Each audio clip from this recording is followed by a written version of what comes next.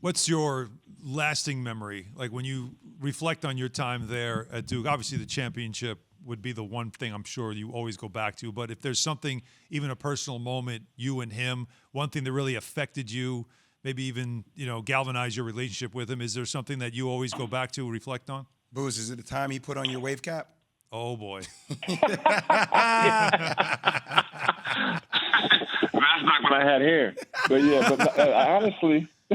honestly, the thing with Coach that was really awesome, and don't get me wrong, like the years at Duke when we won championships and all that was cool, but it was later in life when I became a father. You know what I mean? Like, obviously I got a great dad and my own father, but, he just always told me how great of a father that I am, no matter what the circumstances may be or what have you. And he obviously, him being a father, also a grandfather, he just admired me as the dad that I am. And I think, once you step into that realm of being a real man and taking care of responsibilities and having kids, it's a different level of appreciation because that's a rare breed right there. So that was the mark that me and Coach K, our relationship went to a whole new level. So, Booze, here comes the tough question. We both know Jon Scheyer for a very long time, very bright. Mm-hmm. How difficult is the road for him moving forward? Incredible. I mean, I think he's going to do a good job. I think he's going to do a great job. But you can't really replace a guy like Coach K. Those shoes are just too big to be filled. But at the same time, we all know that college sports is based around recruiting. And the great thing about Jon is that he's been there his whole adult life. He played there at Duke. He's been on that sideline for a number of years. I think he'll do a great job stepping in. But it's going to be tough, will he be able to get the A-list, the lottery pick guys that are coming out after 1 year? Will he be able to? Those are going to be the questions because college basketball is built on recruiting, and there's a lot of coaches that are still there. It's going to be weird seeing the ACC or just college basketball in general without Coach K, without Roy Williams. Those are two icons in the sport that obviously are both retiring. Roy's already retired, but obviously Coach K retiring after this year.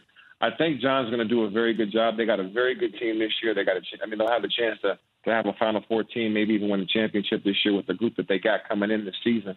But after this year, how well will he recruit? He's got a good supporting cast around him. Shout out to our veteran when we got to Duke was Chris Carrawell. He's there to continue to run the reins on the sideline for him. But there's a lot of question marks moving forward, but I think Jon will be up for the challenge.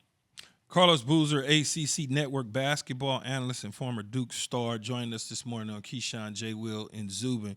Carlos, how do you feel about Coach K announcing his retirement now, but yet and still has got another basketball season to coach and being there on the sidelines with a coach in waiting? Because some people feel like he should have did the Roy Williams deal and just decided to say, I'm done.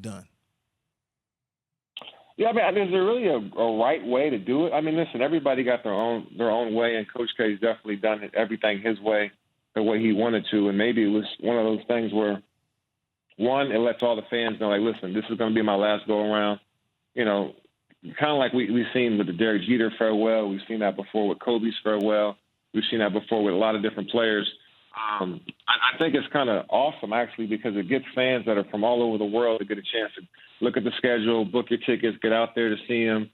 Close friends of his will definitely, like, we have a group chat. Jay Will tell you guys we have a group chat of our 2001 championship group, and we're all trying to figure out different times to get down there to Durham to see him as well.